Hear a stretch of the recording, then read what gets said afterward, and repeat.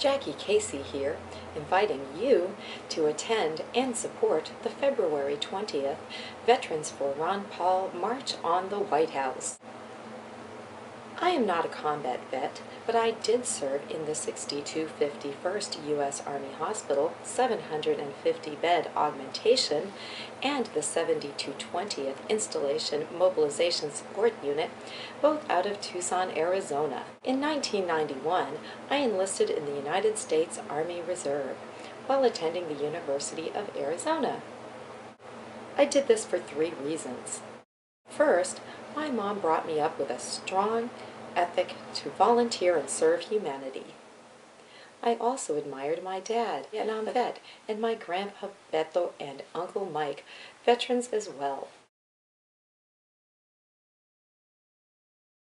Finally, I have loved and enjoyed freedom for as long as I can remember, and I had this nebulous, idealistic view of spreading freedom throughout the world.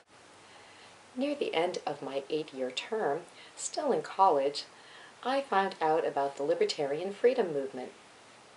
I started a campus club called the Libertarian Students at the University of Arizona with my friend Ted Glenn. Meanwhile, back in my reserve unit, I had heard about some deployments to countries where we were told that as U.S. soldiers we could expect to be spit upon by locals as they considered us to be occupiers. This was when I first questioned whether it is possible to force people to be free, and thus my first discovery of the difference between a libertarian and a neocon. In 1994, I earned my Bachelor of Science in Mathematics, and then, while in graduate school, my ETS, End of Time in Service, arrived. I chose not to re-up, due to a feeling that something was not quite right.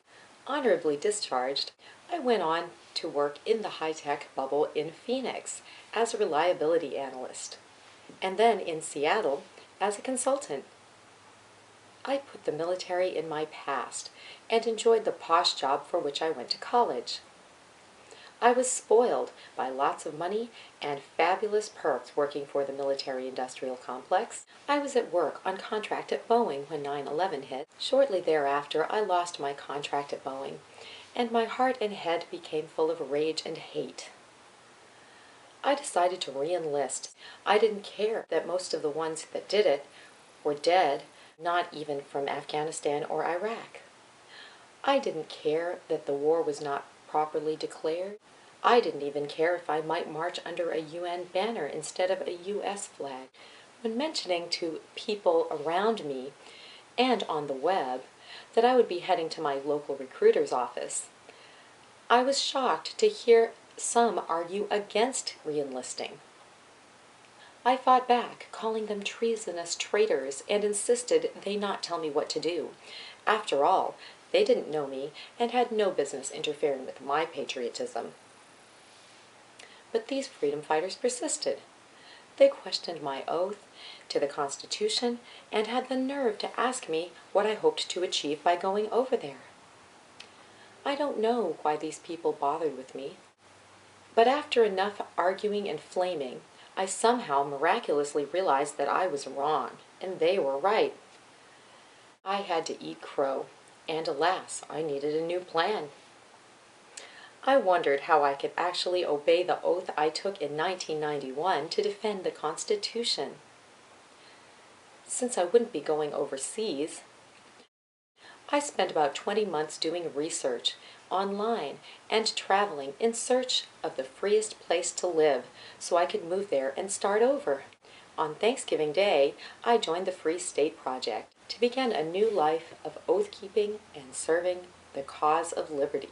Whoever you people are, wherever you are, I hope you hear me when I say thank you. I now owe everything I have to give to the freedom movement and to Ron Paul, the best leader we have right now. Since then, I have kept my oath by running for state representative in the 25th District of New Hampshire.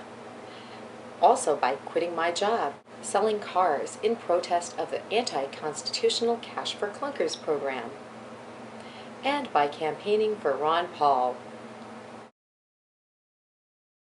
It wasn't Islamo-fascists who took my high-end job and my freedoms outlined in the Constitution.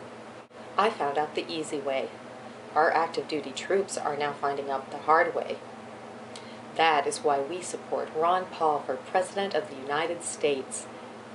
I am no chicken hawk, and if there is someone who can convince me that there can be freedom without peace, and that both can be gained by invading some foreign land, I'd be glad to step up once again, as I am always highly motivated to fight for freedom. But to do this, you will have to convince me that our founding fathers, our troops, and today's best anti-terrorism experts are wrong, and the war profiteers are right. And you will have to be ready to go with me. Otherwise, it is your duty to pay for your freedom by being vigilant of your government and supporting our troops and the true champion of freedom, Ron Paul. YouTube viewers, attention! Upon my command, you will begin planning your trip to Washington, D.C. on February 20th, 2012. You will report to the Washington Monument at 1200 hours to honor Patriot Ron Paul and the United States Constitution. If you cannot attend, you will contribute to the Veterans for Ron Paul March to the best of your ability. We'll see you at the Veterans March for our next Commander-in-Chief and President, Ron Paul. Hoo-wah!